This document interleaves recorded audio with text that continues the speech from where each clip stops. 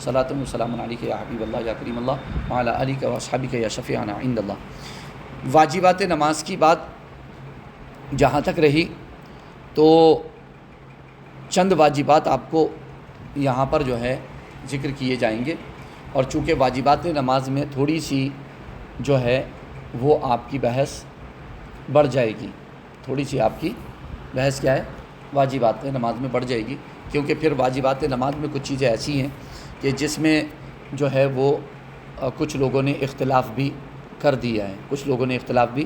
دیا ہے، تو واجبات نماز میں ایک جو ہے وہ تکبیر تحریمہ میں اللہ اکبر کہنا، تکبیر تحریمہ میں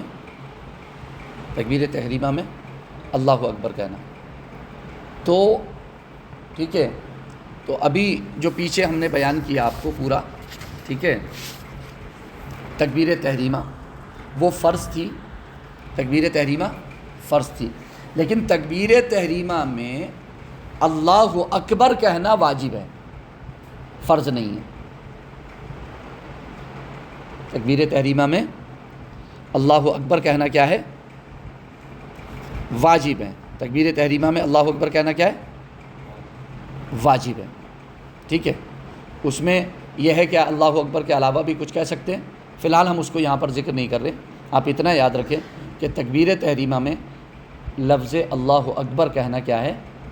واجب ہے۔ تکبیر تحریمہ فرض ہے اور اللہ اکبر کہنا اس کے اندر کیا ہے؟ واجب ہے۔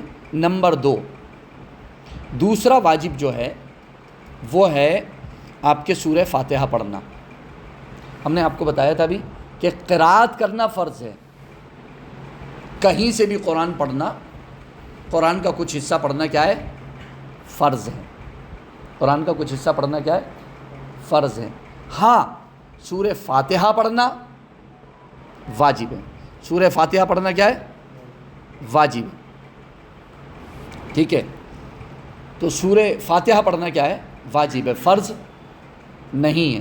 فرض ہم اس لیے نہیں کہہ رہے ہیں سورہ فاتحہ کو، کیونکہ اللہ نے قرآن میں یہ کہا کہ جہاں سے تمہیں آسان ہو وہاں سے پڑھو، جو تمہارے لیے جتنا حصہ پڑھنا آسان ہو وہ پڑھو۔ تو اگر ہم فرض قرار دے دیں تو پھر رب کے اس فرمان کا کیا ہوگا؟ جو اس نے فرمایا، وہ فرما رہا ہے کہ جو تمہیں آسان لگے وہ پڑھو۔ آپ کہہ رہے ہو نہیں میں تو سورہ فاتحہ کو اپنے اوپر فرض کروں گا، تو اللہ نے فرض نہیں کیا آپ کے اوپر سورہ فاتحہ، تو آپ بھی فرض مت کرو۔ ہاں واجب ہے، اس کے بغیر نماز نہیں ہوگی، یہ ایک الگ چیز ہے، لیکن آپ اسے فرض کا درجہ مت دو۔ فرض ہوتی تو رب قرآن میں بیان فرما دیتا اور حضور اسے بیان فرما دیتے۔ فرض ہوتا تو اسے اللہ اور اس کے رسول اس کا فرض ہونا بیان فرما دیتے، ٹھیک ہے۔ تو فرض نہیں ہے، تو ہم جو کہتے ہیں تو ہم یہ کہتے ہیں کہ نماز میں سورہ فاتحہ پڑھنا واجب ہے، فرض نہیں۔ اور قرآن کی اسی آیت کی وجہ سے کہتے ہیں، سورہ مزمل کی آیت نمبر 20 کی وجہ سے، فَقْرَؤُوا مَا تَيَسَّرَ مِنَ الْقُرْآنِ، رب نے فرمایا جو تمہیں آسان ہو، جو تمہارے لیے پڑھنا آسان ہو وہ پڑھ لو آپ، ٹھیک ہے۔ تو جتنا آپ کے لیے آسان ہے اتنا پڑھ لو۔ تو قرآن نے یہ کہا ہے کہ جتنا آپ کے لیے آسان ہو اتنا پڑھ لو۔ اس لیے فقہائے احناف نماز میں سورہ فاتحہ پڑھنے کو فرض قرار نہیں دیتے، کیونکہ قرآن کے کسی بھی حصے کو اللہ نے متعین نہیں کیا کہ آپ کو نماز میں یہ پڑھنا ہے، ٹھیک ہے، یا اتنا پڑھنا ہے، بلکہ فرمایا جو تمہیں آسان ہو وہ پڑھ لو۔ تو اس فرمان کو اسی حالت پر باقی رکھا گیا، اور سب جانتے ہیں کہ ہمارے لیے سورہ فاتحہ پڑھنا آسان ہے۔ سورہ فاتحہ پڑھنا الحمدللہ مسلمان کے ہر بچے کو سورہ فاتحہ پڑھنا آسان ہے، تو وہ سورہ فاتحہ پڑھتا ہے۔ ہاں، ایسی دلیلیں موجود ہیں جس سے یہ ثابت ہوتا ہے حدیث سے کہ سورہ فاتحہ پڑھے بغیر نماز نہیں ہوتی، اس لیے جو ہے وہ سورہ فاتحہ کو واجب قرار دیا گیا ہے۔ سورہ فاتحہ کو واجب قرار دیا گیا ہے۔ آپ دیکھیں کہ رفاعہ بن رافع زرقی سے جو ہے وہ حدیث ہے، ٹھیک ہے، اللہ کے رسول صلی اللہ علیہ وآلہ وصحبہ